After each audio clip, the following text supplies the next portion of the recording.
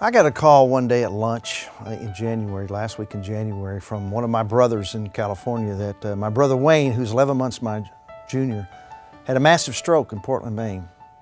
And he was in the hospital at the Maine Medical Center and wasn't sure if he was going to make it. And so quickly, I had to make arrangements along with all of my brothers and sister, my mom, to try to figure a way to get to Portland, Maine, to see what was going on with my brother.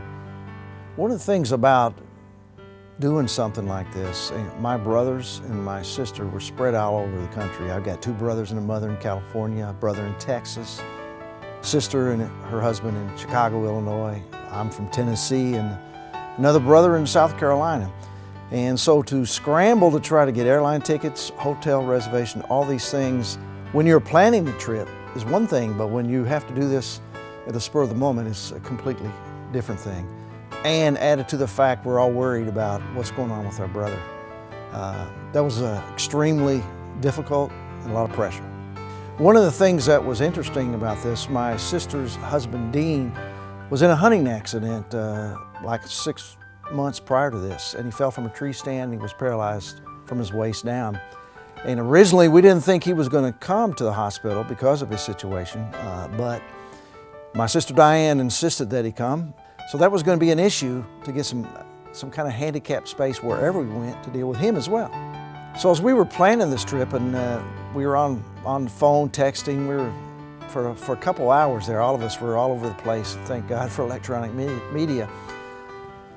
But the airline tickets were expensive enough. But thinking about trying to figure out where we're going to stay, we didn't know how long we were going to stay, and we had to get hotel rooms, different places in Portland because we couldn't all apparently stay in the same place, and that was pretty stressful.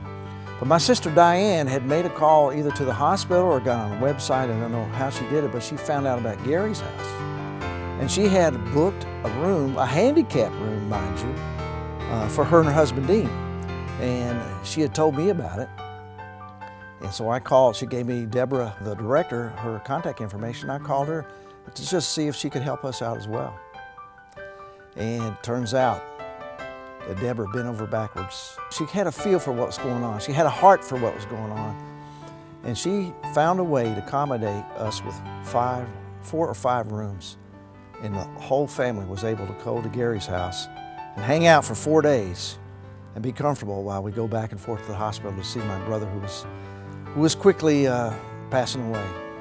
One of the things we had to consider for a trip like this is the cost of the lodging. And the hotels were going to cost us anywhere from $70 to $100 a night, and we were going to be spread out.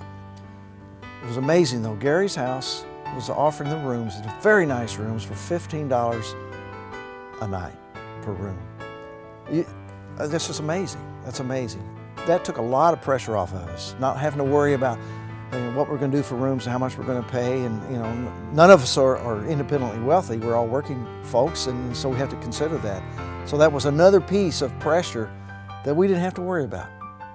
One of the things that I thought was absolutely amazing about Gary's house, it was an old federal style building, probably built in the 1800s, and it had been refurbished, and the interior decorations was superb. Just a lot of furniture of the time, some colonial stuff, and it was very, very comfortable. The rooms were spacious, everything was clean, hardwood floors. It was like being in, I don't know, Williamsburg, Virginia, in one of the colonial homes, and very comfortable. Everything we needed was there. One of the ladies that was working there, her name was Rhonda. It seemed like she was up all the time, wondered if we needed something to be cooked, if we needed this or needed that. Very relaxing. Since we do live all over the place, we don't have opportunities to get together as a large group very often. It's usually, sad to say, it's a wedding or someone in the family has passed away. And last time we did this similar thing was when my dad passed away several years ago. So here we were in this house, and we usually, when we get together, we kind of take over a place. That's just the nature of our family.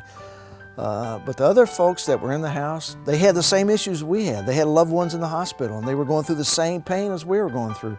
They were so accommodating and very nice.